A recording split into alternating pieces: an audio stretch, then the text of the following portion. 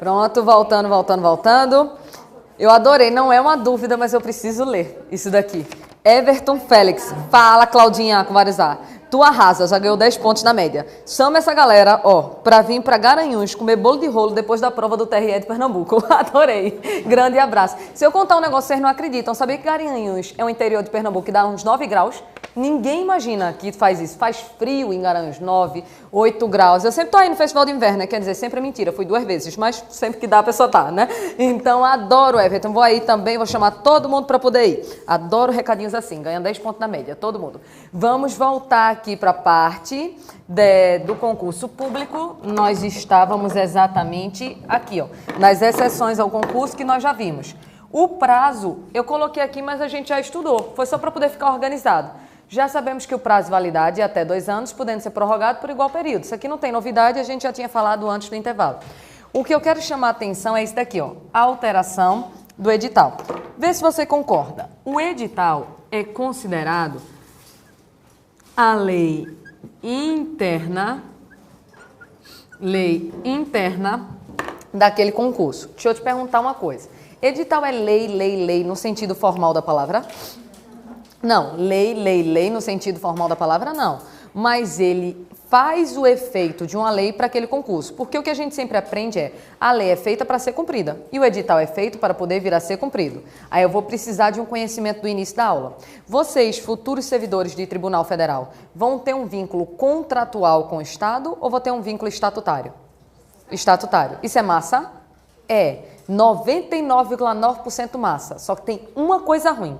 Tem uma coisa que no regime contratual é melhor. Vamos para um momento RINZET 2. Quando você assina um contrato de trabalho, concorda que aquele contrato ele tem que ser respeitado? Se diz que você ia trabalhar 6 horas, você vai trabalhar 6 horas. Não pode ter modificação unilateral no meio do caminho, concorda? Para modificar, você vai ter que concordar com as modificações, porque o contrato ele vai ser lei entre aquelas partes. Só que vocês, no caso de um cargo, vocês vão ser regidos por uma lei. E alguém tem direito adquirido a regime jurídico? Não. Então, a lei ela pode sofrer modificações ao longo do tempo. Vamos lá. O TRE daqui trabalha o quê? 6, 8 horas? Quantas horas? 7? Estranho, né? De meio-dia às 7 é uma vida difícil, né? Pronto, vamos imaginar o seguinte. Vamos imaginar que trabalha 6 horas, para poder ficar interessante na minha conta aqui. Vamos imaginar que você fez um tribunal para poder trabalhar 6 horas, que esse era o sonho da sua vida. Não era nem passar, era trabalhar 6 horas. Esse era o sonho da sua vida. Era o do meu também. Né? Eu, na verdade, você não queria mega, né? Eu queria mega. Não deu, a gente trabalha, né? Pronto. Então, você trabalhava 6 horas. Estava aí se instituído em lei. Só que aí, depois de um tempo, por necessidade, foi feita uma alteração na lei e agora os servidores vão ter que passar a trabalhar 8 horas. Adianta você entrar com ação contestando isso? Não, porque você não tem direito a regime jurídico. A lei ela pode ser modificada. Deixa eu dar um exemplo para vocês que a gente vai trabalhar mais para frente. Antigamente não tinha tal da licença-prêmio no setor federal. Era uma maravilha aquilo ali. Ainda tem hoje? Não. Você pode contestar? Não, porque você não tem direito adquirido a regime jurídico. Então, aquela lei que te rege, pode ser que ela venha a sofrer modificações para melhor ou para pior. Não adianta você contestar. Aí eu volto para o edital, porque o que isso tem a ver com o que eu estou falando aqui? O edital, imagina que ele instituiu as regras. Pode, do nada, o edital mudar as regras do jogo, do nada, no meio do caminho? Não, que a lei é feita para ser cumprida. Aí o que o STJ ele já disse em relação a esse ponto daqui? Deixa eu puxar para cá. O STJ veio e disse que o edital ele pode sofrer modificações,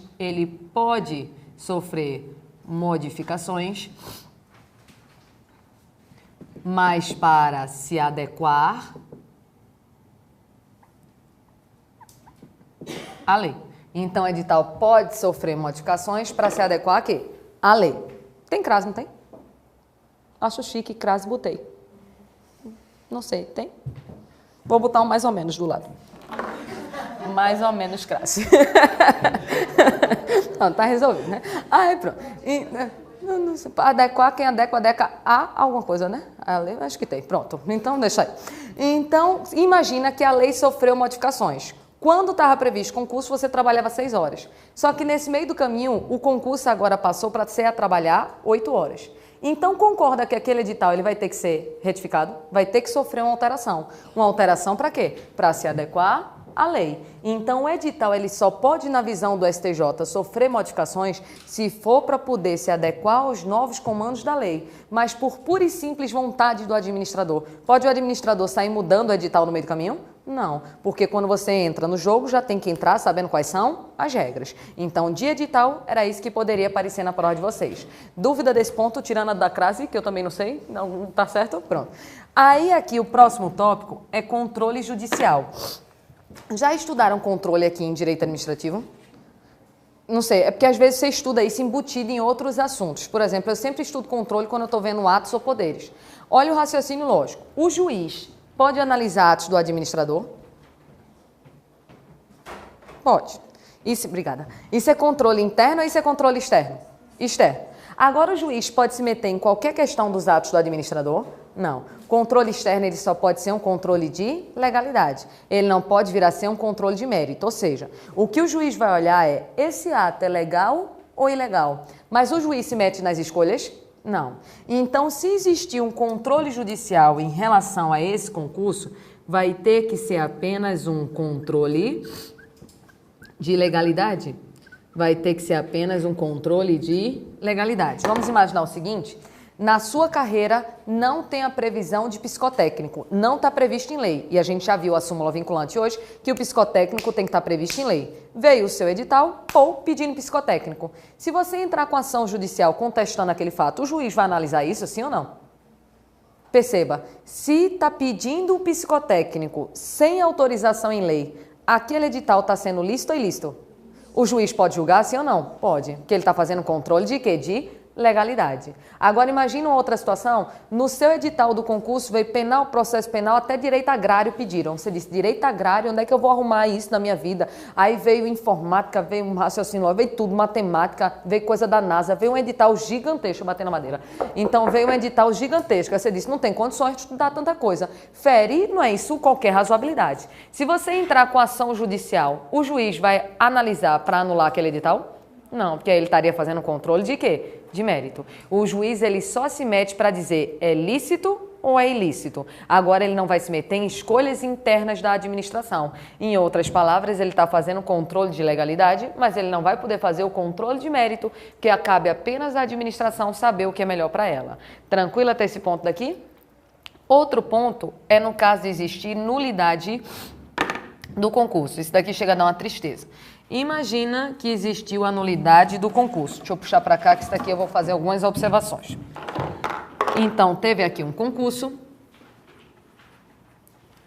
só que esse concurso ele foi anulado. Digamos que dentro dele teve uma fraude. Beleza. Só que tinha aqui João, aqui está João, que ele já tinha sido nomeado e ele já estava em exercício, ou seja, ele estava agindo já como servidor. Eu te pergunto, se o concurso foi anulado, pode ser que João ele venha perder a sua vaga, sim ou não? Se teve fraude, concorda que teve ilegalidade? Se teve ilegalidade, pode sim ser que João ele venha perder a sua condição de servidor. Ele simplesmente vai deixar de ser servidor. Logicamente, isso acontece de forma imediata se ele fez a fraude, concorda? Se ele fez a fraude, ele estava agindo desde o início, boa fé ou má fé? Má fé. Ele comprou o gabarito da prova. A qualquer momento que isso for descoberto, a nomeação dele tem que ser o quê? Anulada, porque ele está de má fé. Agora imagina que ele até estava fazendo um concurso, mas esse concurso teve uma fraude generalizada, ele não participou. Ainda assim pode ser que o concurso venha a ser anulado e ele perca aquele concurso, sim ou não? Pode, porque vai ser anulado como um todo. É claro que isso vai depender muito de cada caso concreto, porque imagina que só foi uma fraude muito específica, pode ser que não afete o direito do restante. Uma coisa é certa, se você está de má fé, anula necessariamente. Se você está de boa fé, a regra é que vai anular para você também. Agora, pode ser que em cada caso concreto você consiga decisões diferentes. A minha pergunta é, só que durante o tempo em que ele exerceu o seu trabalho, ele recebeu a sua remuneração. Se o concurso foi anulado e ele saiu daquele cargo, ele vai ser obrigado a devolver? Não. Ele não é obrigado a devolver, porque isso geraria o enriquecimento ilícito do Estado. Era como se o Estado tivesse usado aquela pessoa como escravo. Concordam? Porque imagina que a pessoa trabalhou um ano todinho. Se ela trabalhou, ela tem que receber. Se a partir do momento em que a nomeação dela é anulada, eu obrigo essa pessoa a devolver o que ela recebeu, a administração estava usando de escravidão, porque usou uma pessoa um ano sem pagar absolutamente nada. Só que deixa eu misturar com uma pergunta que tem a ver com isso. Ele comprou o gabarito da prova, ele fez a fraude e ele trabalhou por um ano. Tem que devolver? Não.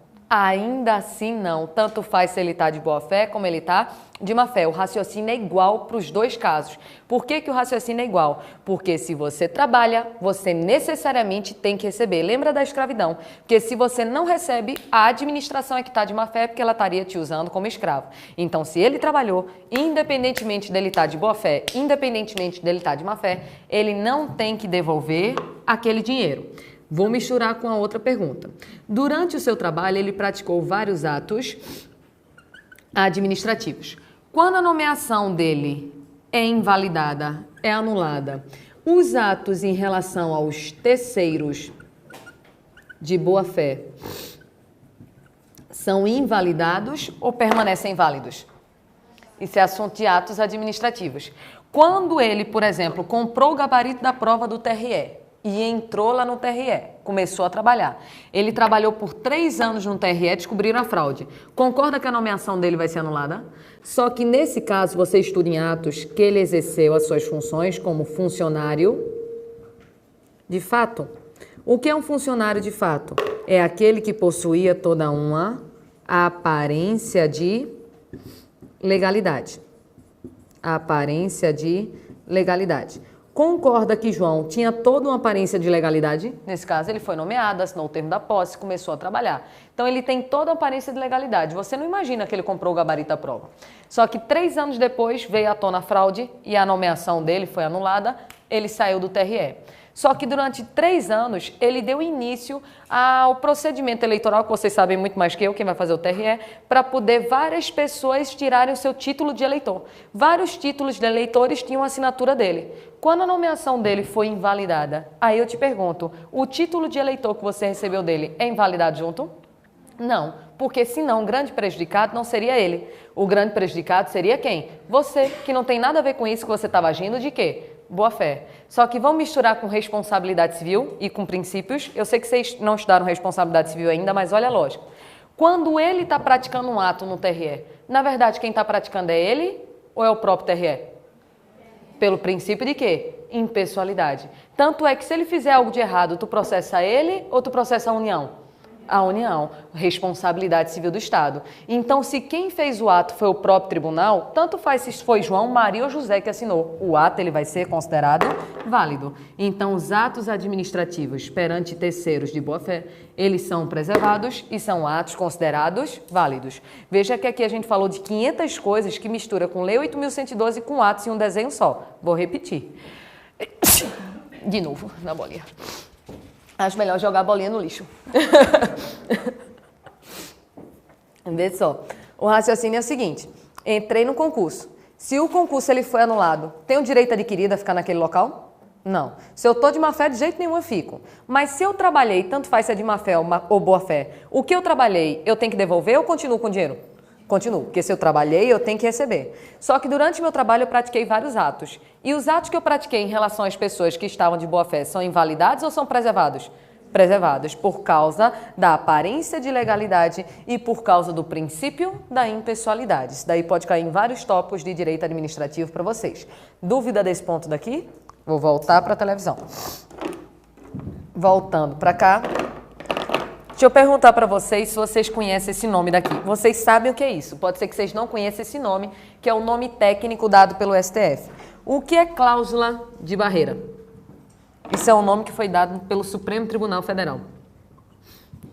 Quando você faz concurso, você não tem uma nota de corte, você tem que tirar 70 pontos, senão você já está desclassificado, não é assim? Pronto, isso é a cláusula de barreira. É dizer, você tem que atingir pelo menos isso. Se você não atingir, você está fora. Então, várias pessoas ingressaram com a ação e essa ação bateu no Supremo Tribunal Federal, perguntando se essa cláusula de barreira, ela feriu ou não feriu o livre acesso ao concurso público, à isonomia. O que o Supremo disse? Isso fere a isonomia?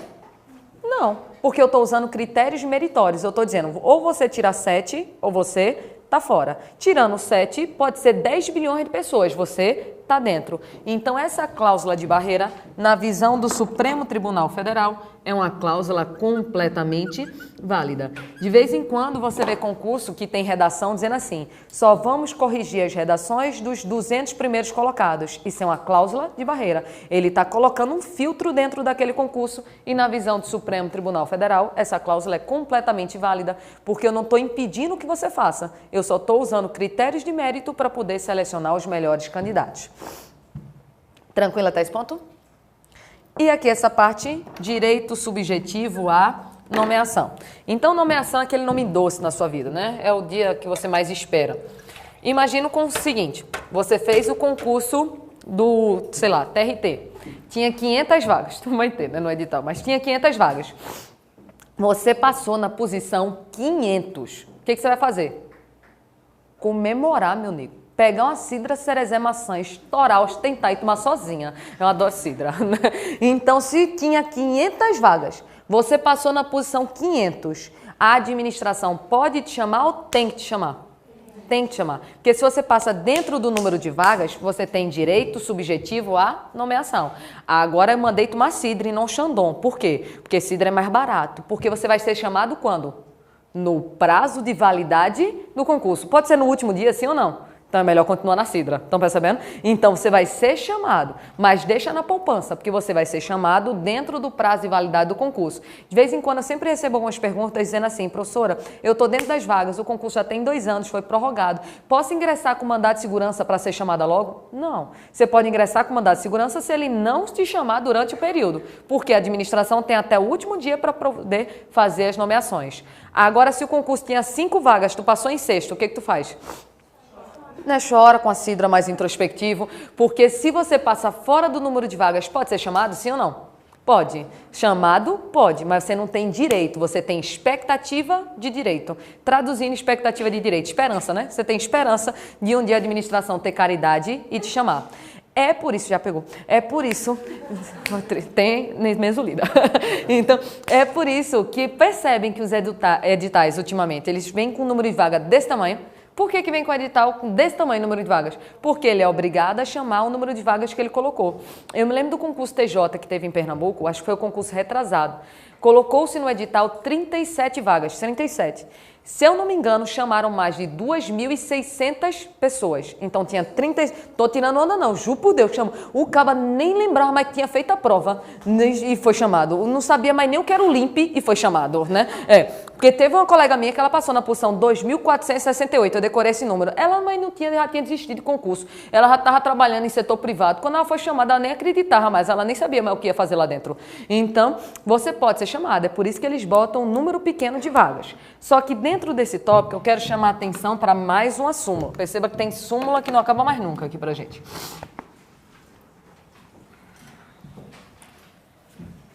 Súmula 15 do Supremo Tribunal Federal. O que essa súmula vem dizendo? Dentro do prazo de validade de um concurso, o candidato aprovado tem direito à nomeação quando o cargo for preenchido sem a observância da ordem de classificação. Isso aqui vai ficar muito mais fácil da gente entender com um exemplo muito simples. Vou voltar para o concurso que tinha 5 vagas. Tu passou até em 5º lugar. Concorda que tu tem que ser chamado? Mas o 6º colocado tem que ser chamado ou pode ser chamado? Pode. Só que a administração chamou o 5º até o 5º e chamou o 7º, tipulou. Concorda que se a administração tipulou, ela feriu a ordem de classificação? Então agora, se ela chamou o 7º, ela vai ser obrigada a chamar quem? O 6º. Então é isso que ele está dizendo. Dentro do prazo de validade de um concurso, o candidato que foi aprovado tem direito à nomeação quando o cargo for preenchido sem a observância da classificação. Se pularam, é porque tinha que chamar alguém. Então ele entra nessa daí. Esse daí foi o entendimento da súmula. Só que eu vou para um outro entendimento que não está em súmula, mas está em jurisprudência. Vamos imaginar a seguinte situação.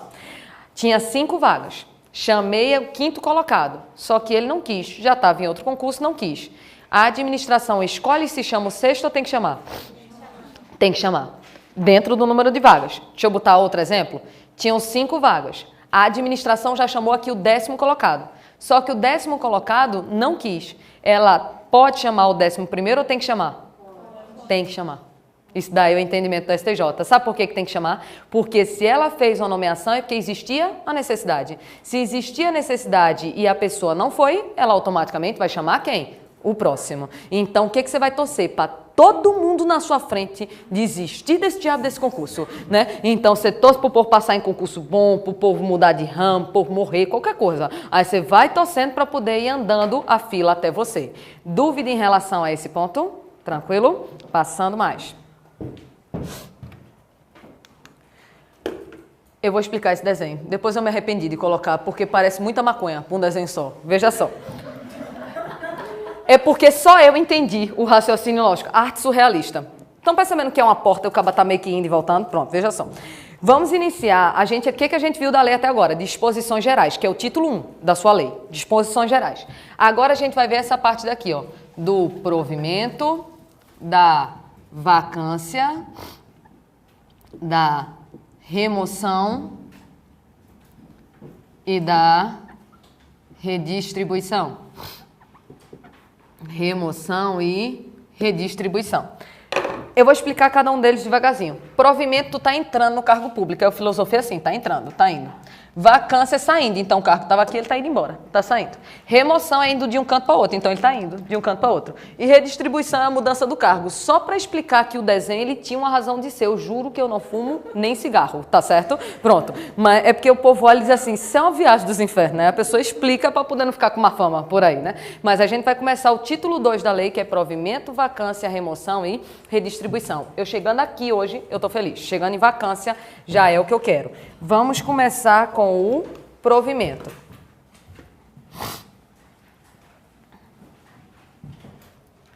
Numa linguagem extremamente simples, o que seria o provimento? Numa linguagem simples, provimento é simplesmente o preenchimento do cargo. Quando for existir um provimento, é porque está existindo um preenchimento daquele cargo. Aí você já faz um paralelo que depois você vai estudar vacância, ainda na aula de hoje. Vacância é o contrário, é o cargo ficando o quê? Vago. Vocês querem que nos tribunais que vocês vão fazer o concurso existam hoje provimento ou vacância? Vacância. Quanto mais vacância, melhor. Quanto mais vaga, melhor. Porque é sinal que vai surgir mais vaga para o seu próximo concurso. Então, você quer provimento, mas por enquanto vamos torcer por vacância.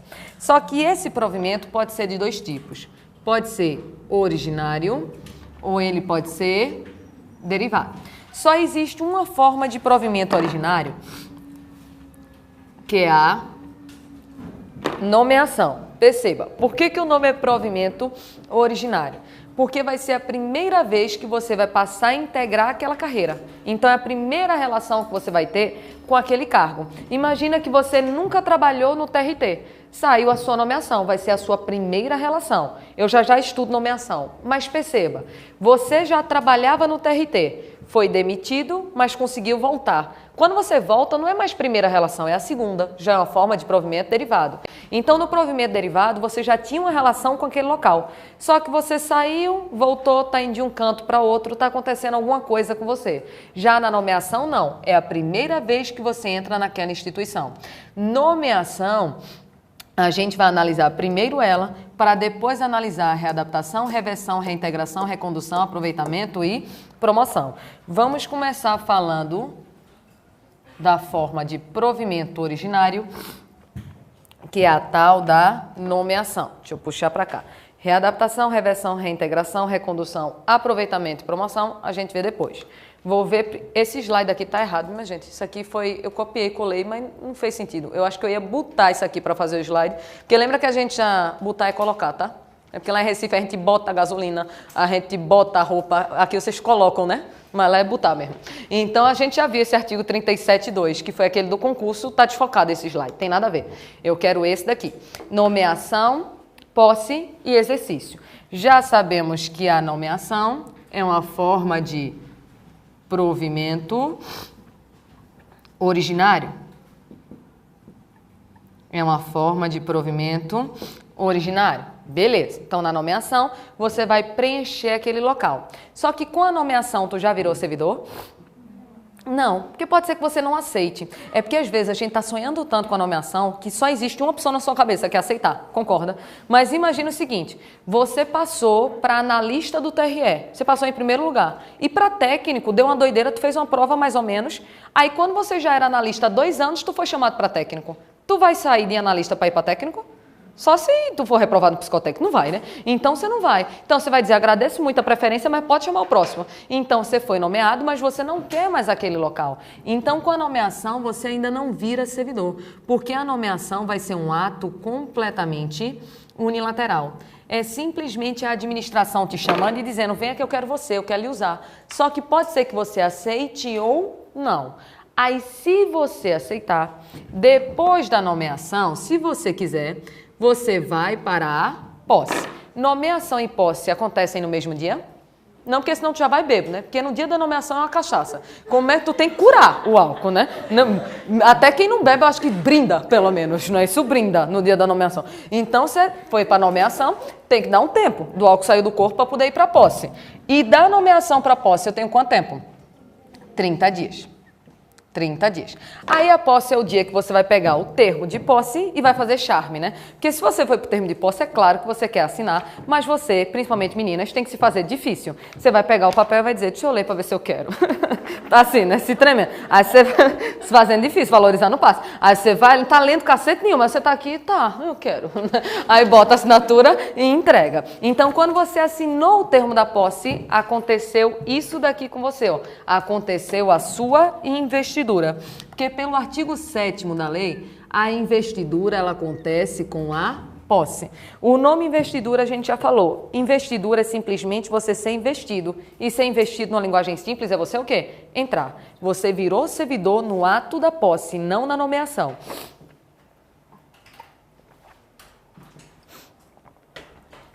Só que vamos falar um pouco dessa posse. Essa posse daqui, você pode comparecer pessoalmente. Que eu acho, principalmente mulheres, né? Pensamento feminino. Eu acho que você não cogita não ir no seu ato de posse. Você, ao contrário, já está pensando na roupa da posse, né, menina? Ai, menina, concorda? Você já pensa na roupa, você já está focada no sapato, na maquiagem, na roupa que você vai. Você já vai pensando, vou no estilo mais séria, com terninho, vou no estilo mais alternativo, eu tô aqui, passei de boa. Né? Isso aí você já vai, né? Você já vai pensando no estilo. Então, você imagina você indo pessoalmente. Mas, necessariamente, você tem que ir pessoalmente? Não, não necessariamente. Porque pode ser que você não vá na data da posse, mas você mande uma procuração. Cuidado que não é qualquer procuração, é uma procuração específica. Você vai ter que passar uma procuração e nela tem que estar dizendo especificamente que João está autorizado a levar esse termo para aceitar o ato da posse do concurso tal. É uma procuração específica. Eu até brinco em sala de aula, mas eu brinco que eu vi uma situação que eu juro que eu mandaria uma procuração específica. Eu sempre conto isso em todas as turmas. Eu estava no tribunal, quando eu olhei, eu achei um fato estranho. Tinha muita gente com a blusa branca, com a foto de uma criatura, de um rapaz, dizendo assim, fulaninho, sempre acreditamos em você. Aí eu parei para assistir. Só que o cara ia assinar o termo da posse de técnico do tribunal e a família dele toda foi. Mas, meu nego, a família toda dele eram as 50 pessoas. Eram as 50 pessoas com a mesma blusinha, eles acharam pouco, eles levaram a faixa com a foto do cara, dizendo, fulaninho, sempre acreditamos em você. Quando chegou a vez do cara de assinar, minha gente, eles chacoalhar aquele negócio que faz eles apitavam e estouravam aquele negócio que só estoura depois que não tem mais graça. Porque você fica, né? Você fica, né? Aí quando não tem mais graça, faz, pô, não é isso que todo mundo tá olhando. Então, aquilo ali, eu, se fosse ele, sabendo como era a minha família, tinha mandado uma procuração específica. Ia passar nada, essa vergonha. A pessoa já entra no tribunal conhecida. Ah, é o cara da família louca, não é isso? Pronto. Ah, é o cara do negócio que estoura. Então é melhor mandar uma procuração específica do que ir pessoalmente nisso daí. Só que ainda na data da posse, você tem que fazer mais coisas. É muito engraçado. O povo é muito doido. E eu me lembro, desfocando um segundo para poder desopilar. Eu me lembro que uma vez eu fui para uma formatura, eu tava paquerando meu marido ainda, você toda formal, né? Paquerando. Depois você esculhamba, você toda formal. Aí eu tava de vestido. Aí tinha uma senhorinha atrás de mim com um saco de confete. Aqui chama confete? Confete, né? Pronto. Aí com um saco de confete, aí quando entrou o diabo do neto dela, ela fez, fulaninho, Só que ela não jogou pra cima aquela nojenta, ela jogou o saco em mim. Eu falei, só terrada. Vocês não têm noção, não. Eu achei confete por umas 3 semanas dentro do meu corpo. Menina, como é que a pessoa paquera com confete entalado até a goela, não é isso? É uma desgraça um negócio desse. Eu mandava uma procuração específica, né? Nisso daí. Então, eu tenho raiva daquela senhora até hoje, pelo amor de Deus. Ai, meu Deus. Eu acho que até que é pecado ter raiva de senhorinha, mas eu tenho, viu? Minha só aterrou um saco desse tamanho de confete em cima de mim. Deus me livre. Meus 3 banhos ainda tinha confete.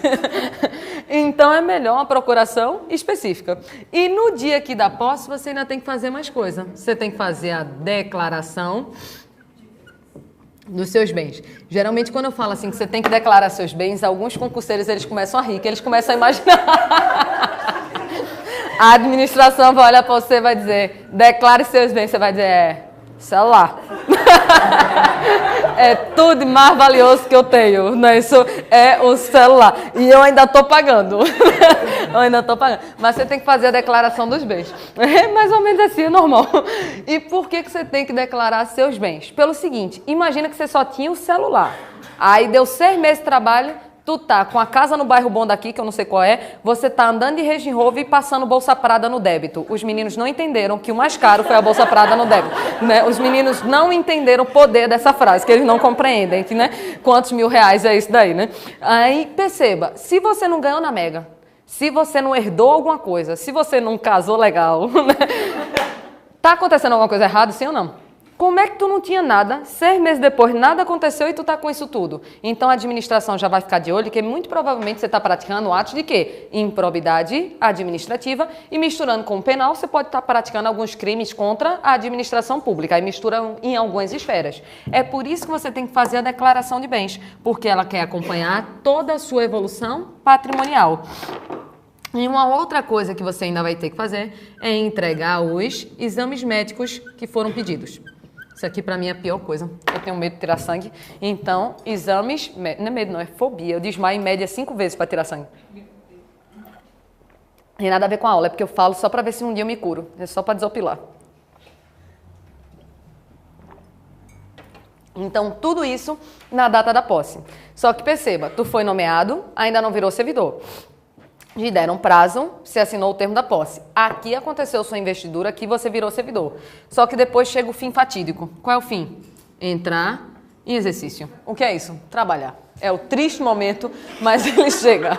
É o triste momento. Você podia assim, posse e aposentadoria. Não era assim? Você queria pular todo o exercício. E o exercício já acontece logo no dia da posse? Não, porque você ainda está bêbado aqui. Você tem que ter um prazo de 15 dias. Nomeação para posse, 30 dias. Posse para o exercício vai ter o prazo de 15 dias. Então, de nomeação, ainda vou mostrar 2 súmulas aqui, mas era mais ou menos isso que poderia aparecer na sua prova. Posso apagar essa parte daqui?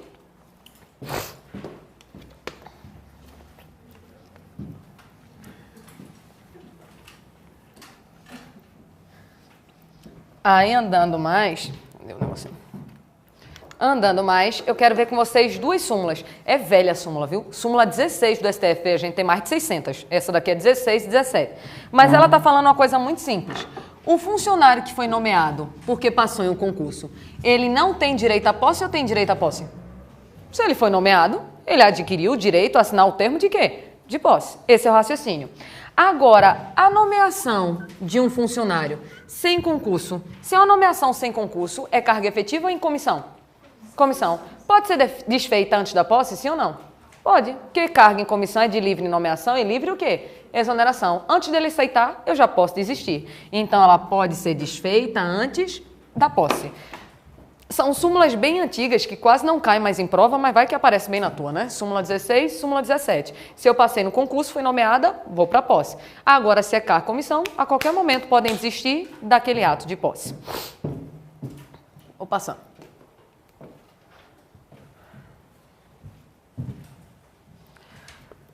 Agora nós vamos para uma parte que vai demorar. Só essa daqui, ó, cumprindo tabela, que eu já tinha mostrado para vocês. Lembra que a gente já falou da súmula 266 do STJ, que disse que o diploma ou a habilitação deve ser exigido na data da posse, e não na data da inscrição e não na data da nomeação. É aquela súmula que a gente anotou lá atrás, no início da aula, a súmula 266 do STJ. Então, só para poder deixar registrado aqui, eu quero colocar todas as súmulas do assunto, trazer tudo que é jurisprudência, tirar tudo que é canto para ver se a gente acerta todas as questões. Porque eu quero que vocês fiquem ricos, viajem bem muito para me trazer imã de geladeira de presente, que eu coleciono. Eu podia estar pedindo perfume, só estou pedindo imã, tá de boa. Dúvida desse ponto? Vamos entrar na parte longa agora, essa é a parte mais longa. Porque nós vamos falar das formas de provimento derivado. Readaptação, reversão, reintegração, essa, recondução, aproveitamento e promoção. Aqui já tem os artigos onde você encontra na lei, mas eu vou esquematizar aqui no quadro.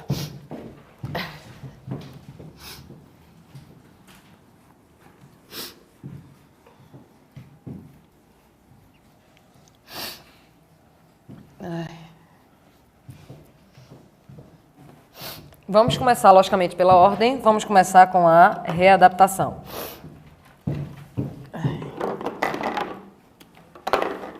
Vamos aqui para a readaptação. O ponto-chave da readaptação é você lembrar especificamente de uma frase. Você vai lembrar o seguinte: a readaptação vai ser fruto de uma limitação, que pode ser uma limitação física ou pode ser uma limitação mental. Fazendo um desenho bem simples aqui para a gente entender. Imagina a seguinte situação. Estava aqui uma pessoa, vou chamar isso daqui de cargo 1. Tem aqui o cargo 1. E tinha uma pessoa trabalhando nesse cargo 1. Entretanto, essa pessoa sofreu uma limitação e não consegue mais trabalhar nesse cargo 1. Mas com a limitação dela, ela conseguiria completamente trabalhar aqui nesse cargo 2. Então, se uma pessoa sofreu uma limitação física, uma limitação mental, ela não consegue mais trabalhar nesse cargo, mas consegue trabalhar em outro. O que essa pessoa vai ser? Ela vai ser readaptada. Vamos dar exemplo, que com exemplo fica mais fácil. Eu sempre dou exemplo com algo que Deus me castigou porque eu disse que era frescura. Eu dizia que era frescura tendinite. Aí Deus castigou, viu? Mandou uma pra mim, brabíssima. Porque eu dizia, o povo fica dizendo que não digita, não consegue mexer. A minha tendinite é a mais fresca de todas, a minha é de segurar o microfone. De tanto segurar o microfone aqui, eu tenho uma tendinite aqui, que quando eu fico muito tempo fazendo, eu pareço um Playmobil, minha gente, é sério. O braço só faz isso, não consegue mexer. Então imagina uma pessoa que trabalhava no setor de digitação, passava o dia inteiro digitando e está com a tendinite super aguda, sem cura por enquanto. É motivo para ela ser aposentada por invalidez? Não, que ela não consegue trabalhar naquele setor, mas pode ser que ela consiga trabalhar em outro. Então, ela vai ser o quê? Readaptada por uma limitação física que ela sofreu. Só que vamos imaginar a seguinte situação: essa pessoa não conseguia trabalhar nesse local, mas conseguiria trabalhar nesse. Só que esse local está com todas as vagas preenchidas. E agora? Vou te dar 3 opções, não precisa anotar que depois eu dou a resposta. Opção 1, já que não tem vaga, aposento por invalidez. Opção 2, já que não tem vaga, essa pessoa fica em disponibilidade. Quer ficar em disponibilidade? Ficar em casa esperando surgir uma vaga. Opção 3, ela trabalha mesmo assim como excedente. Opção 1, 2 ou 3? Muita gente, não anota, muita gente me diz que é disponibilidade, mas não é. Nesse caso daqui, vão criar uma vaga para colocar a pessoa.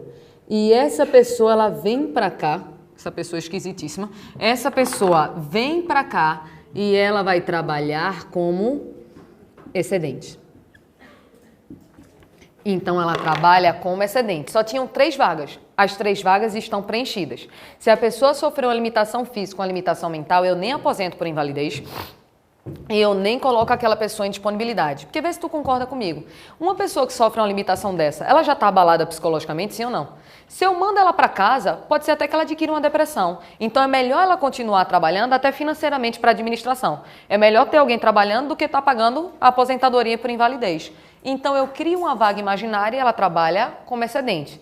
Mas trabalha como excedente enquanto durar a situação. O que seria trabalhar como excedente? Seria criar uma vaga nova. Só existem 3 vagas para aquele cargo. Não existe a 4ª. Aí, como ele não consegue mais trabalhar nesse setor, mas conseguiria trabalhar nesse, a administração cria uma vaga imaginária. Cria uma 4ª vaga só para colocar ele. Mas a partir do momento, por exemplo, que essa pessoa morreu, quando essa pessoa daqui morreu, surgiu uma vaga. Aí deixa de existir a vaga de excedente e ele passa para uma vaga normal. É só enquanto dura a necessidade.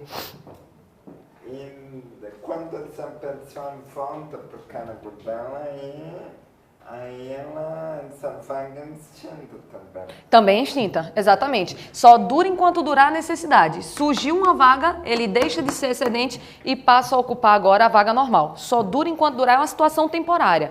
Vamos botar ele aqui, fazendo uma analogia bem simples. Imagina que aqui, ó, tá tudo preenchido de cadeira, tudo preenchido. Só que tem uma pessoa que precisa assistir a aula aqui. Quando ela entrar e não tiver mais cadeira, mesmo tendo esse espaço todo aqui no meio, eu vou dizer, tem mais cadeira não, volta. Não, o que eu vou fazer? Eu vou na sala do lado, vou pegar uma cadeira e vou botar, vem aqui, quando acabar a aula, a cadeira volta para lá. Só vai durar enquanto durar a necessidade. É essa a lógica do excedente daqui. Só que aí vamos perguntar uma coisa. Imagina que essa pessoa, esse cargo é de nível superior. Aí ela conseguiria trabalhar em cargo de nível médio. Posso fazer a readaptação? Não. Cuidado com isso daí. Porque para existir a readaptação, segundo a lei, vai ter que existir a equivalência, que seria aqui a igualdade. Equivalência de quê? Nas atribuições. Tá bom. No vencimento e no nível de escolaridade. Então, vai ter que existir equivalência nas atribuições, no vencimento e no nível de escolaridade. A atribuição, a gente já falou que é o serviço, né? Você tem que fazer pelo menos um serviço parecido. Porque imagina comigo, eu sou da área jurídica, sou formada em direito. Posso ser readaptada para a área de saúde? Tem nada a ver com o que eu fazia. Então, tem que ter equivalência com as minhas atribuições. Se eu sou de uma área, eu tenho que ir para uma área pelo menos parecida, que tenha alguma similitude com aquilo que eu fazia antes. E se meu vencimento era 5.000, posso ser readaptada para ganhar menos? Não, vou ser readaptada com a equivalência do meu vencimento. E se eu era nível superior, só posso ser readaptada para o nível superior. Se eu era nível médio, só vou ser readaptada para nível médio. Aí tu diz, professora, e se não existir nenhum cargo equivalente nas atribuições, no vencimento e no nível de escolaridade? Não tem nenhum cargo. Aí você é aposentado por o quê? Invalidez, porque aí não vai ter onde te colocar. Então, existindo um cargo compatível com isso daqui, você trabalha nem que seja como excedente. Agora, se não tem mais nenhum cargo compatível, você, infelizmente, vai ter que ser aposentado por invalidez, já que não existe nenhum local que possam te colocar. De readaptação, eram os pontos que poderiam aparecer na sua prova. Até aqui, beleza? Readaptação foi. Vou para reversão agora. Vou botar essa página para cá. Passeando.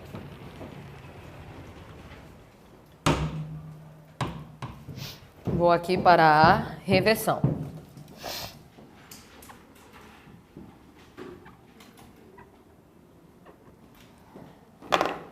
Reversão, numa linguagem simples, você pode dizer que a reversão é a volta do aposentado.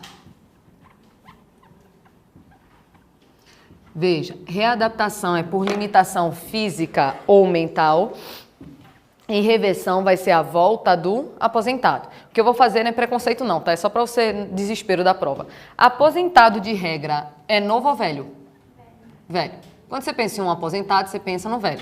Então, o que é a reversão? É a volta do velho. V é de velho, V é de quê? Reversão. Professor, isso é direito? Não, isso é técnica do desespero. Olhou para a prova, não lembrou de nada, pode ser que tu lembre dessa babaquice e acerte, né? O que importa é acertar. Eu digo lá em Recife que antes o mungangueiro, munganga é essas técnicas, decoreba. Antes o mungangueiro rico do que o intelectual liso, concordam?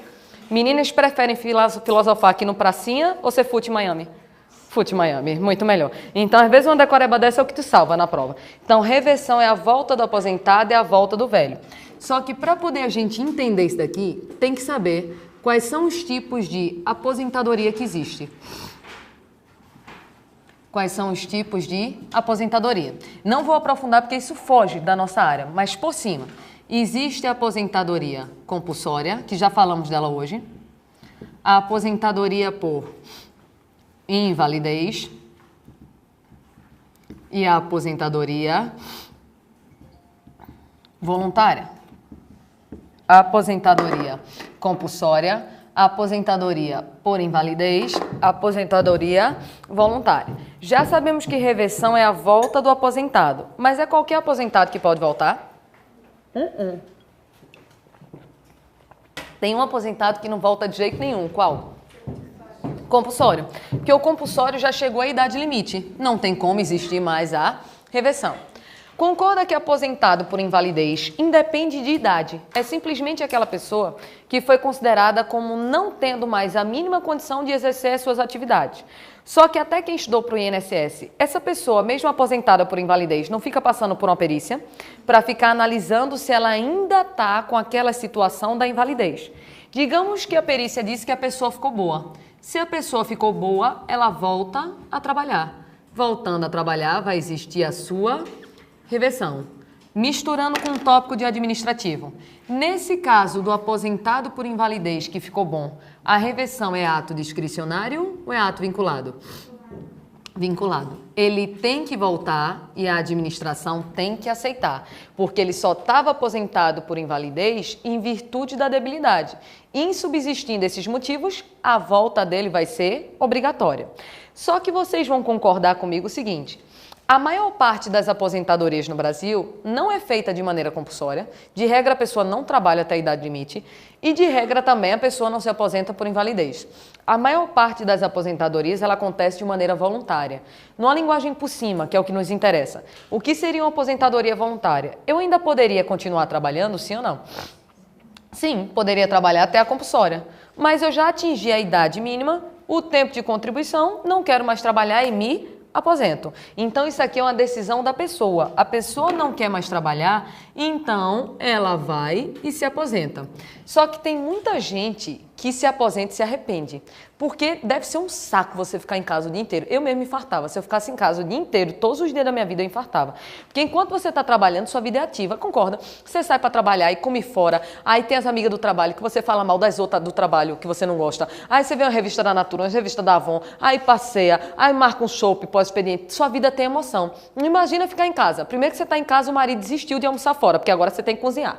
O menino não vai mais para creche, fica o dia inteiro pulando em cima de você, né, os meninos. Aí muda a sua vida. O seu marido, quando você casou, era um réptil, era um príncipe. Agora ele é um mamífero, porque ele virou uma baleia. Aí ele tá, né, ele vai mudando de classificação dentro dessa parte. Então você olha e diz assim: que bosta foi essa que eu fiz da minha vida? Pra que eu me aposentei? Era melhor estar trabalhando. Você pode pedir para voltar, sim ou não? Pode. Então, você aqui, na aposentadoria voluntária, pode ser que você tenha se arrependido e você venha solicitar a sua reversão. Só que tem uma coisa: a administração é obrigada a te aceitar de volta? Não. Vai depender do interesse da administração. Com isso, já podemos colocar a informação. A reversão, então, aqui é um ato vinculado ou é um ato discricionário? Discricionário, que vai depender do interesse da administração. Mas não basta o interesse da administração. Você só volta se já era um servidor estável. Se você é um servidor estável, é porque você já tinha passado pelo período de quê? Estágio probatório. Você só volta se sua aposentadoria tiver acontecido nos últimos 5 anos. Me aposentei hoje. Posso pedir para voltar, sim ou não? No máximo, até que prazo? 5 anos. Depois disso, ainda que eu peça, eu não posso voltar. E eu só posso voltar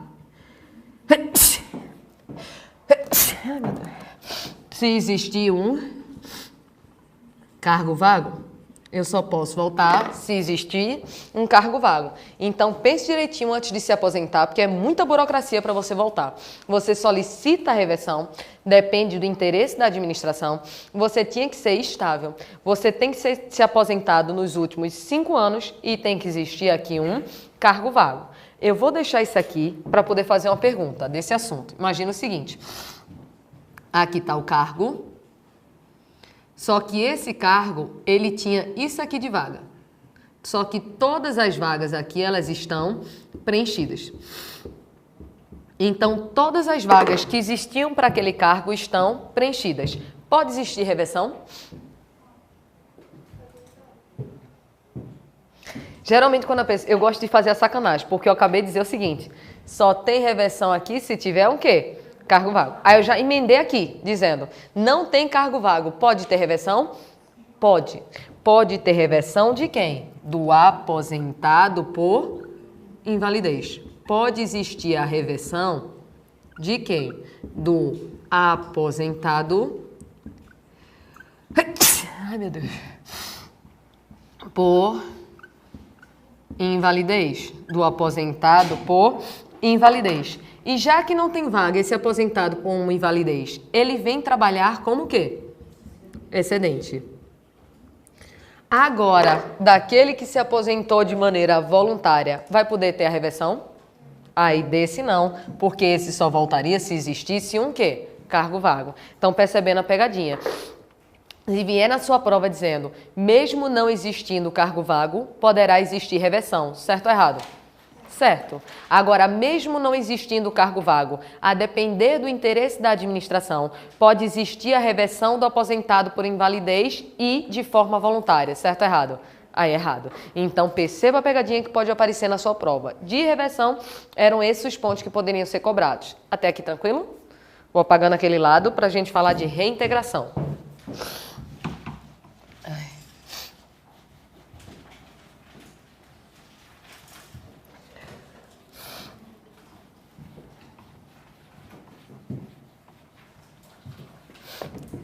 Ai, sim.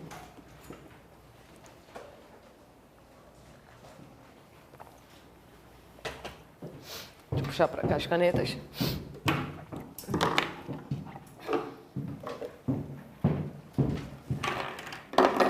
Vamos aqui para a reintegração.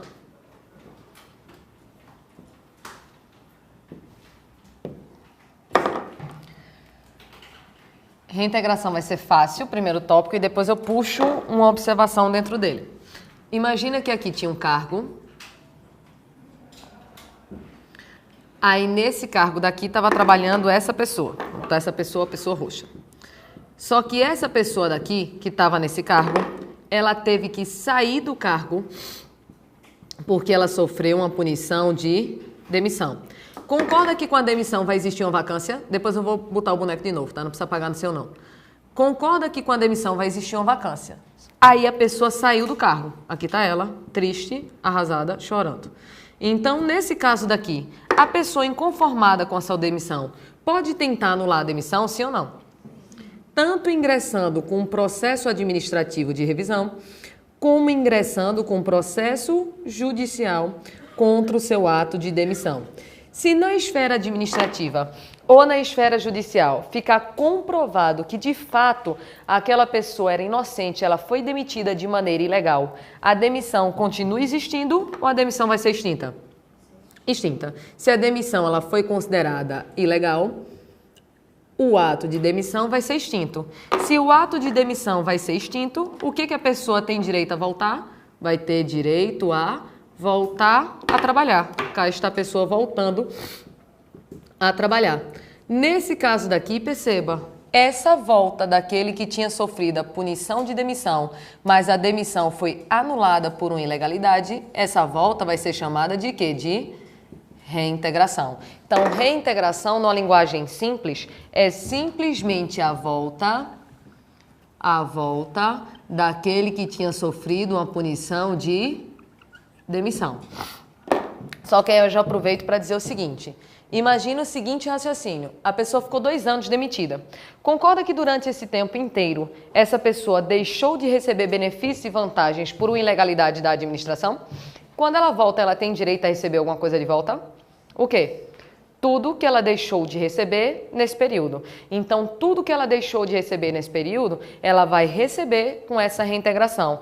De vez em quando não, né? Mas você já escuta história assim, lendo na jurisprudência. O servidor passou 3 anos demitido da Polícia Federal, quando teve a reintegração ganhou quase 1 milhão, somando com as indenizações. Porque ele vai e recebe tudo de volta, mais dano moral, mais um monte de indenização.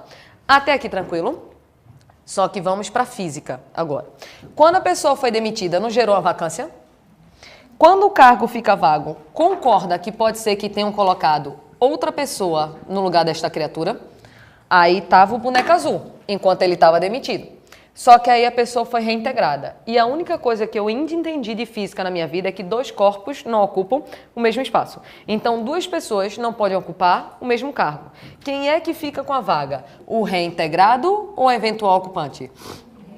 Reintegrado. Por quê? Raciocínio lógico. Se a demissão foi ilegal, ele nunca era para ter saído, então essa pessoa nunca era para ter entrado. O eventual ocupante sai. Ele sai com direito a receber indenização ou sem direito? Sem, não ganha nada. E ele sai e vai para onde? Ele vai ser reconduzido. Se ele era o quê? Estável.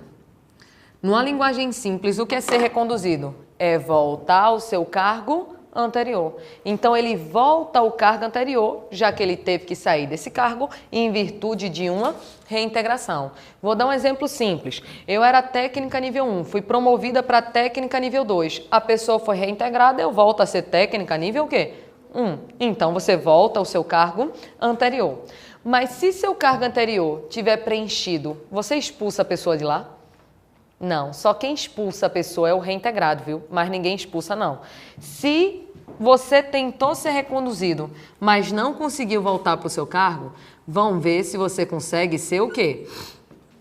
Aproveitado. O que é ser aproveitado? Vão procurar outro lugar para lhe colocar. Se não tiver outro local para lhe colocar, aí você fica em o quê? Disponibilidade. O que é ficar em disponibilidade? É ficar em casa sem trabalhar, mas recebendo. Aí diz, professor, achei meu dom, eu quero um concurso para disponibilidade. Mas não é, eu quero focar nisso. Mas não é legal, porque na disponibilidade tu vai receber proporcionalmente ao tempo de serviço. Então, se você trabalhou pouco, você não ganha nada. Então, é melhor escapar outro concurso. Então, em disponibilidade é ficar em casa, é meio que sobre aviso. Você fica em casa esperando um dia surgir uma vaga para a administração te chamar. Quando a administração te chamar, você vai ser o que nessa vaga?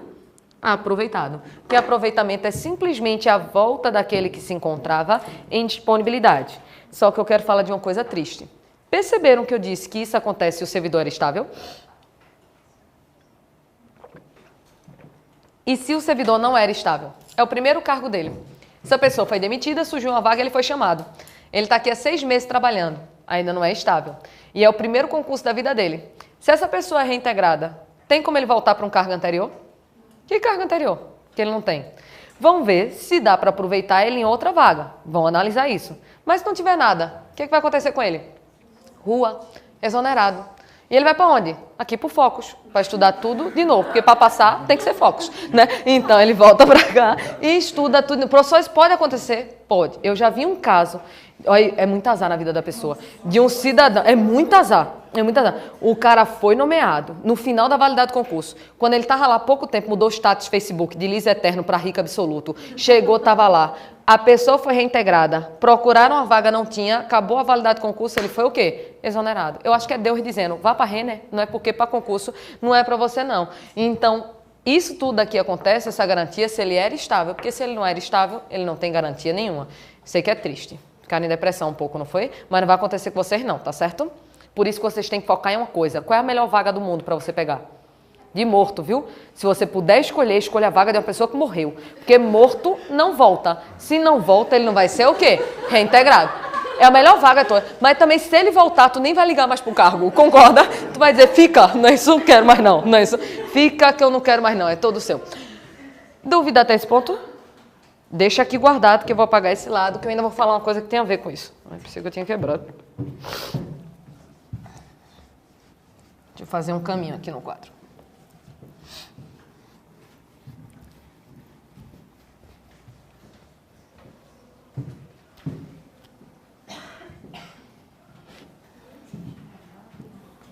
Veja só.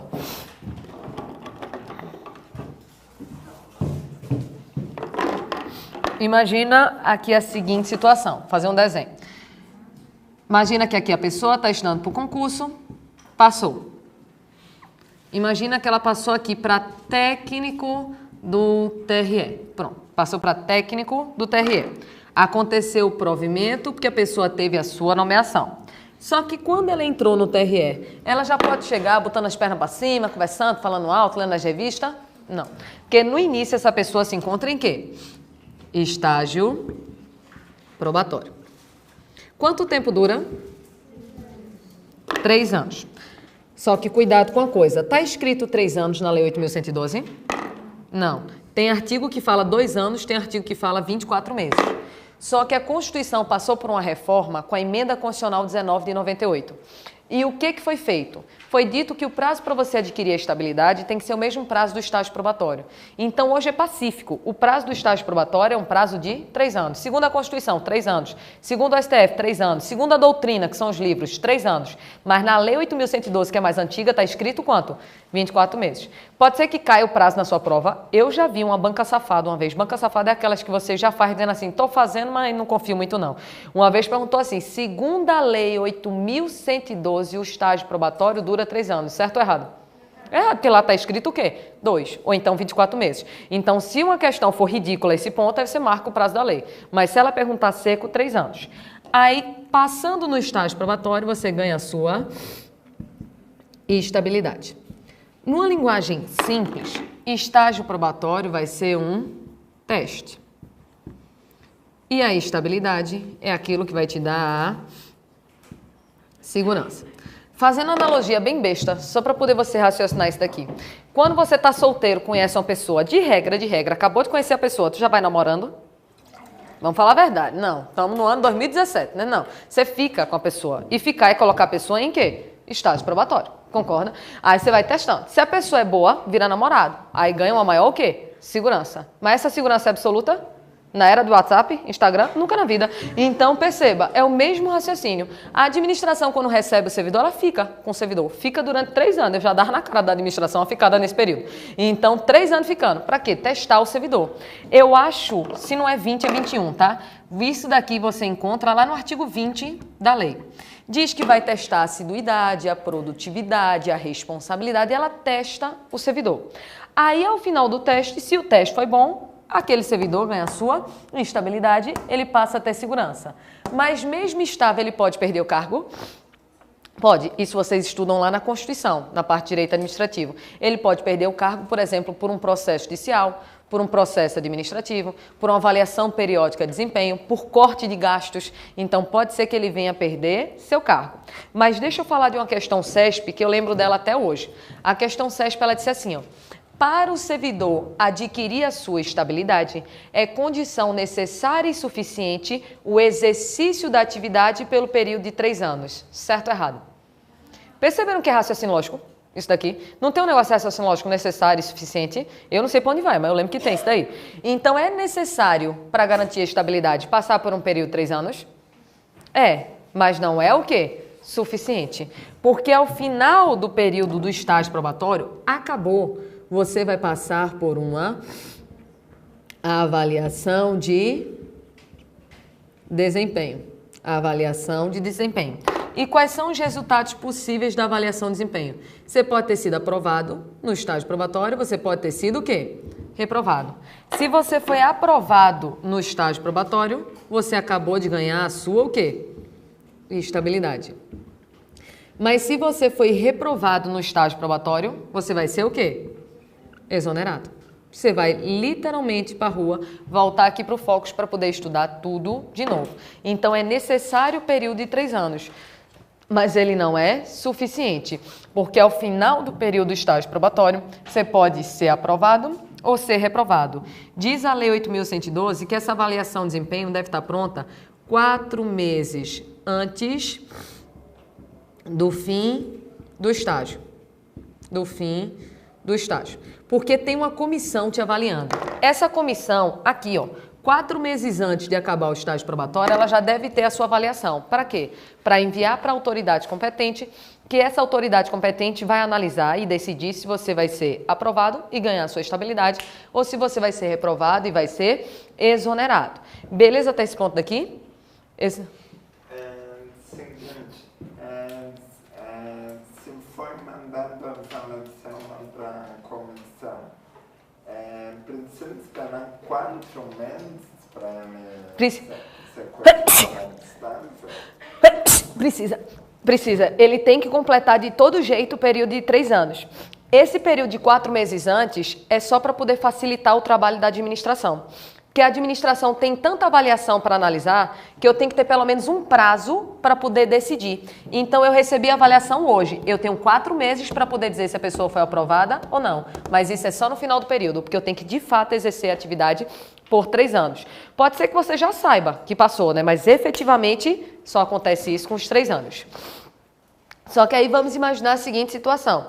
Você já é técnico do TRE, já está aqui há 10 anos. Concorda que se você já está aqui há 10 anos, com certeza você já é o quê? Estável, né? Você já passou no estágio probatório, com certeza você é estável. Só que aí você fez faculdade de Direito, criou gosto e agora você quer mudar de cargo. Você não quer ser mais técnico do TRE, você quer ser analista do TRE. Pode fazer um concurso interno para mudar de cargo? Antigamente, existia um instituto chamado de Ascensão. Esse nome ainda pode cair na sua prova. O que é Ascensão? Era o paraíso antigamente. Ou época boa para fazer concurso. Era assim, você fazia um concurso e passava para auxiliar de coisa nenhuma. Aí você ia fazendo concurso interno e ia subindo na carreira. Literalmente subindo, mudando de cargo. Você entrava como auxiliar de coisa nenhuma e acabava como pipoco do trovão nível 3. Você fazia concurso interno e ia subindo, ascendendo. Isso pode? Não, porque para mudar de cargo, você hoje necessariamente tem que fazer um novo o quê? Concurso. Você não pode fazer um concurso interno de técnico para analista. Você vai ter que concorrer com todo mundo para a vaga de analista. É o concurso externo normal. Só que aí você passou.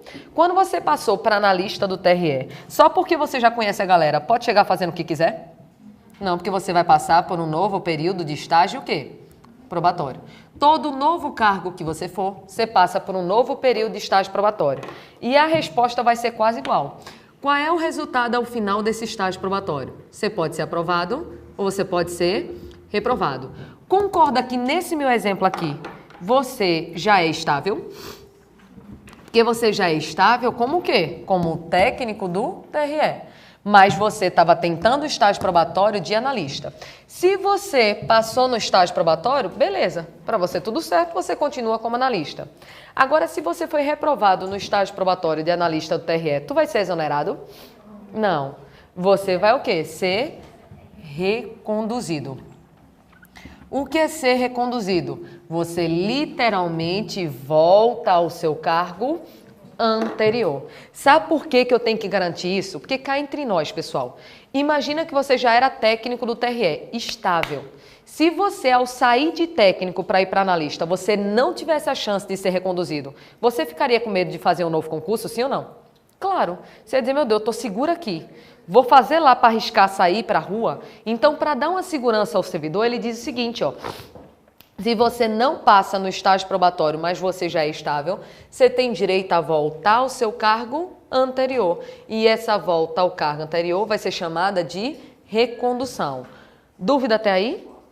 Eu tenho 2 perguntas, depois da tua. Para ter esse direito, tem que pedir a posse no cargo inacumulável? Exatamente. É porque muita gente chama de exoneração, mas o termo técnico que eles vão te dar é posse em cargo inacumulável. Eu vou chegar nela, quer dizer, eu não sei se eu chego hoje, mas eu queria chegar hoje. Deixa eu fazer 2 perguntas para vocês. Perguntaram que eu coloquei TRE e TRE, perceberam? Eu era delegada da Polícia Federal, passei para auditora da Receita Federal, já era estável como delegada da Polícia Federal, só que como auditora da Receita Federal eu fui reprovada. Posso ser reconduzida? Posso, mesma esfera. Federal para o quê? Federal. Outro exemplo, sou delegada da Polícia Civil do Estado do Paraná, estadual. Passei para auditora da Receita Federal. Reprovei. Posso voltar? Nunca vai cair na sua prova. Sabe por que nunca vai cair isso na sua prova? Auditor da Receita Federal é Lei 8.112. E delegada civil do Estado do Paraná é outra lei, que eu não sei o número, mas é a lei aqui do estado de vocês. Concorda que são leis diferentes? Então, para poder dar uma resposta, eu teria que analisar as leis juntas. Vai cair as 2 leis na sua prova? Só cai a Lei 8.112. Então, não pode cair na sua prova falando do plano estadual e do plano municipal, porque vai depender também do que diz a lei estadual. Então, sempre cai de federal para federal, independentemente de ser a mesma instituição ou não. Na prática, você consegue a recondução em quase todas as leis, mas não pode cair na prova porque mistura com outra lei. Tem uma outra pergunta. Nesse exemplo daqui, a pessoa não foi reconduzida porque ela foi reprovada no estágio probatório. Não foi isso que aconteceu? Ela foi reprovada no estágio probatório, aí voltou. Só que imagina a seguinte situação. Eu era delegada da Polícia Federal, passei para auditora da Receita Federal. Quando eu passei, eu disse, que bosta de vida. Era muito melhor estar dando tiro do que olhando imposto. Eu estou odiando isso daqui. Quero voltar. Posso? Isso não está escrito na lei, mas a jurisprudência diz que pode. A recondução é tanto se você foi reprovado no estágio probatório, quanto se você fizer um quê? Pedido. Você não gostou do novo cargo. Se você não gostou do novo cargo, o que você faz durante o período do estágio probatório? Pede a sua o quê? Recondução. Você pede para voltar. Esse de baixo não está escrito na lei, não. Mas vai que ele aparece bem na sua prova. Já caiu em um monte de prova CESP isso daí. Então, a recondução é quando existe uma reprovação ou é quando existe um pedido para poder você retornar. Dúvida dessa parte daqui? Vou voltar para cá. Deixa eu apagar esse lado daqui. É o tempo que vocês acabam.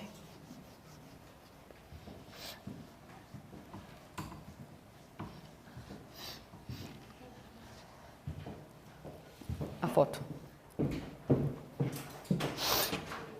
Ai, meu pai.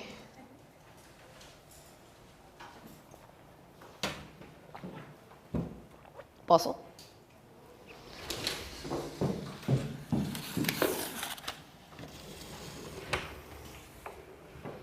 Pronto.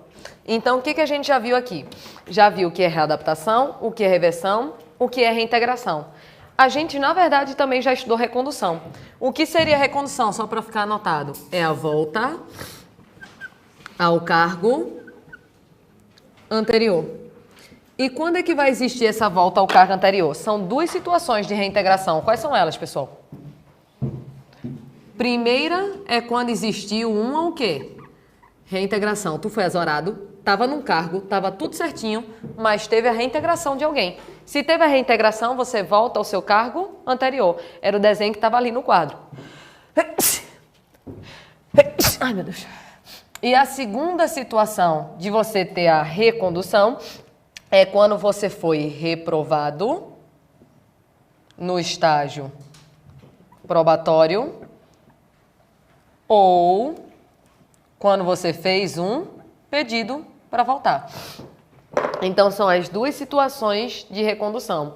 Quando existiu uma reintegração, ou seja, quando uma pessoa foi lá reintegrada e você pediu para voltar, e aqui quando você foi reprovado no estágio probatório e essa pessoa...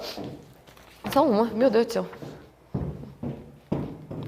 Rubim já vai ganhar 10 pontos na média, porque não é pergunta. Então, aqui, reintegração, a pessoa reintegrada, tu volta ao cargo anterior, e quando você foi reprovado no estágio probatório e pediu para voltar, você também vai ter direito à sua recondução. Beleza até recondução? Aproveitamento, a gente já explicou. O que é o aproveitamento? É a volta daquele que se encontrava em o quê? Disponibilidade. É a volta daquele que se encontrava em disponibilidade. Estou lá em disponibilidade esperando surgir uma vaga. Quando surgir uma vaga, você aproveitado nessa vaga. Vai existir o aproveitamento. Essa disponibilidade, fazendo analogia com o direito privado, é sobreaviso. Eu estou aqui aguardando. Quando surgir uma vaga, eu vou ser aproveitada. Eu escolho se vou ou eu tenho que ir? Tem que ir. É ato vinculado. Surgindo uma vaga, vai ter que existir o aproveitamento. E para encerrar, não a aula, viu? Que eu ainda vou continuar, que essa hora as pessoas vão fechando o caderno, né? Querendo ir embora. E para encerrar aqui a forma de provimento, existe a promoção. Perceba que nem tem artigo de promoção na Lei 8.112. A única coisa que a gente precisa analisar é: promoção é mudança de cargo? Não, porque para mudar de cargo eu tenho que fazer um novo concurso. Promoção é mudança de nível. Você passou para analista do TRE, nunca mais você quer fazer outro concurso na sua vida. Concorda que você morre como analista? Mas tem analista nível 1, 2, 3, 4, 5, 6, 7. Aí você sai indo na carreira funcional, tendo as suas o quê? Promoções. Então, promoção eu não mudo de cargo, eu vou mudando de nível. Esse é o raciocínio lógico das formas de provimento. Mas eu quero, ainda na aula de hoje, com o tempo que me resta, 15 minutos, é o que eu preciso de fato, para poder ver a diferença do provimento para as formas de vacância. Provimento eu estava fazendo preenchimento do cargo. Vacância, o cargo ele está ficando o quê? Vago. Vacância é muito rápido. O que demora é provimento.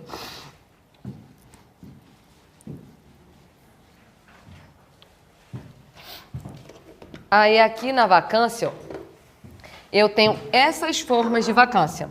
Só uma dessas formas de vacância representa uma punição ao servidor. Qual é? Demissão. A demissão é a única forma de vacância que representa uma punição ao servidor.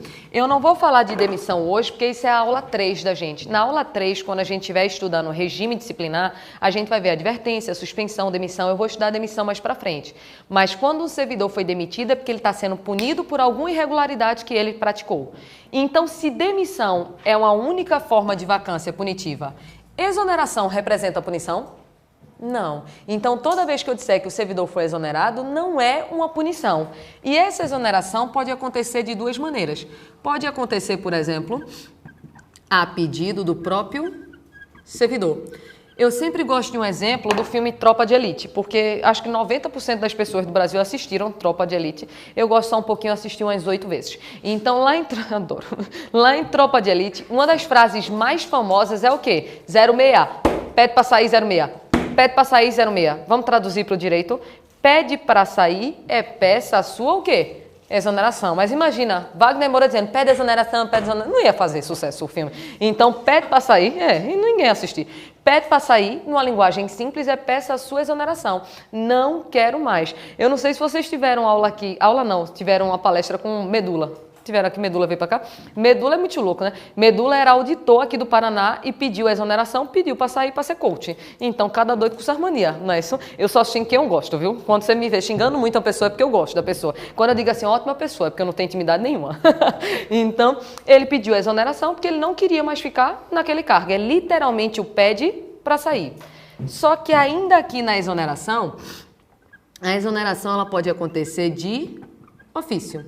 Se é de ofício, a exoneração está sendo promovida pela própria o quê? Administração. Só que aí a gente tem que fazer uma diferença. Quais são os dois tipos de cargos que existem na Lei 8.112? Cargo em comissão e existe o cargo efetivo. Cargo em comissão. A administração de ofício pode exonerar a pessoa de um cargo em comissão, sim ou não? Por que motivo? Qualquer motivo. A que momento? Qualquer momento. Porque já dissemos hoje que cargo em comissão é livre a nomeação, mas livre a exoneração. Até já colocamos o nome chique. Dissemos que cargo em comissão, a exoneração ela é ad nutum. Não foi esse nome chique que a gente botou? Então aqui cargo em comissão é ad nutum. Você já tem anotado no seu caderno. É livre. A administração exonera a qualquer momento por qualquer razão. Agora, a exoneração de um cargo efetivo pode acontecer por qualquer motivo, por qualquer razão?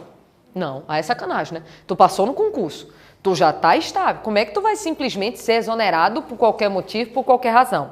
Eu juro que eu vou voltar para cá, eu juro. É só para poder mostrar uma coisa na tabela para vocês, eu não vou mexer em nada. Veja só isso aqui.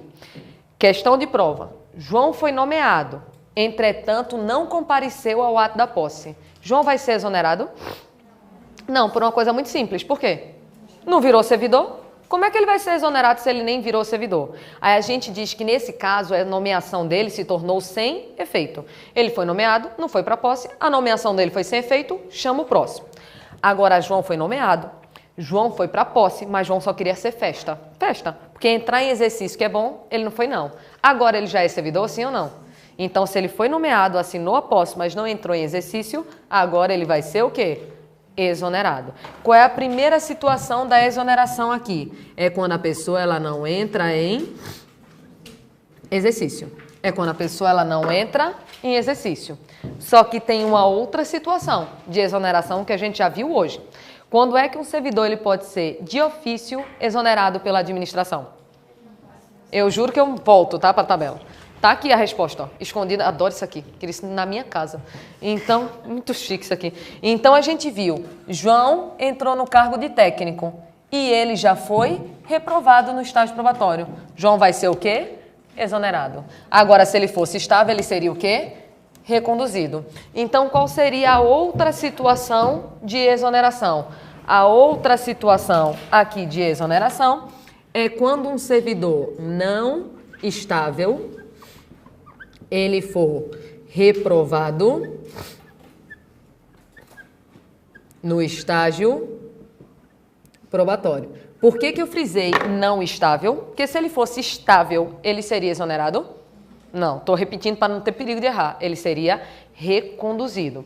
Então, nessas duas situações aqui, a exoneração se dá por um ato da própria administração. Demissão é uma forma punitiva, exoneração, não. Vou ainda só falar do resto, porque o resto é 2 palitos. Até aqui, tranquilo? Concorda que na vacância eu tenho aqui o cargo e o servidor ele está simplesmente saindo do cargo. O cargo ele está ficando vago. Qual é uma forma de vacância? Aposentadoria. Concorda que quando o servidor se aposenta, o cargo fica vago? Isso é meio que óbvio. Me aposentei, saí do cargo. O cargo ele ficou o quê? Vago. A vaga que vocês querem é qual? Do morto, né? Então a pessoa morreu, já foque na vaga dela, que é a melhor vaga de todas. Quando a pessoa morreu, ela saiu do cargo, sim ou não? Saiu de tudo, né? Então ela saiu do cargo. Existiu aqui o quê? Vacância. Só que essas 3 últimas eu quero chamar a atenção para uma coisa. Essas 3 últimas são chamadas de formas híbridas. Por que são formas híbridas?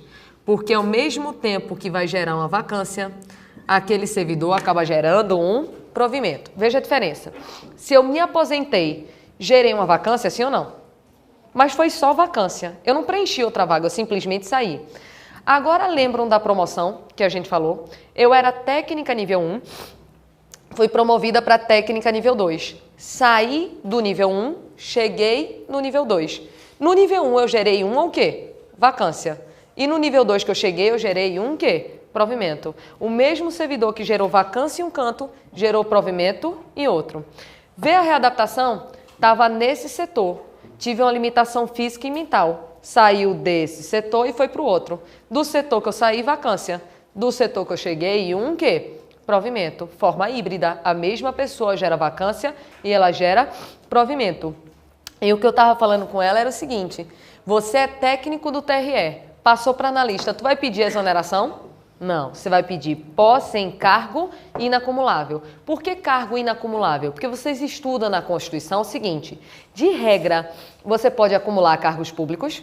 Não, de regra é uma vaga no paraíso por pessoa, né? Deixa de gula e deixa pro resto. Então, se você é técnico e passou para analista, o que você vai fazer? Sair de técnico e ir para analista. Aqui vacância, aqui provimento. É uma forma do tipo o quê? Híbrida. Até esse ponto daqui, alguma dúvida? Cheguei exatamente onde eu queria e eu só vou aqui agradecer a Rubens, porque Rubens disse: parabéns pela excelente aula, com suas explicações e exemplos o direito se torna fácil. Agora, é claro, quando os exemplos são com a Roberta é muito mais engraçado. Roberta é de São Paulo, eu tô em Cascavel, mas eu queria trazer Roberta para cá para poder fazer um bullying de novo com ela. Beijo, Roberta, se tá me assistindo. Um beijo especialmente para ela, um beijo pro pessoal do online. 5 minutos não tenho mal o que falar, então vamos embora ou já acabou mais cedo? Não é isso? Pronto. Um beijo a todos e até quinta. Quinta-feira a gente volta.